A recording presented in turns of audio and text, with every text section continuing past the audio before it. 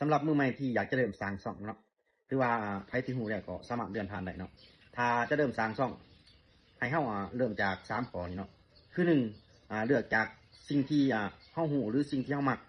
เช่นเวียกที่เฮาเฮ็ดอยู่หรือว่างานอดิเรกหรือว่าการเฮ็ดกินเนาะการเลี้ยงลูกหรือว่าการใช้ชีวิตประจำวันนะครับการขายเครื่องขายของแต่ละคนเนาะที่เฮาใช้ชีวิตหรือ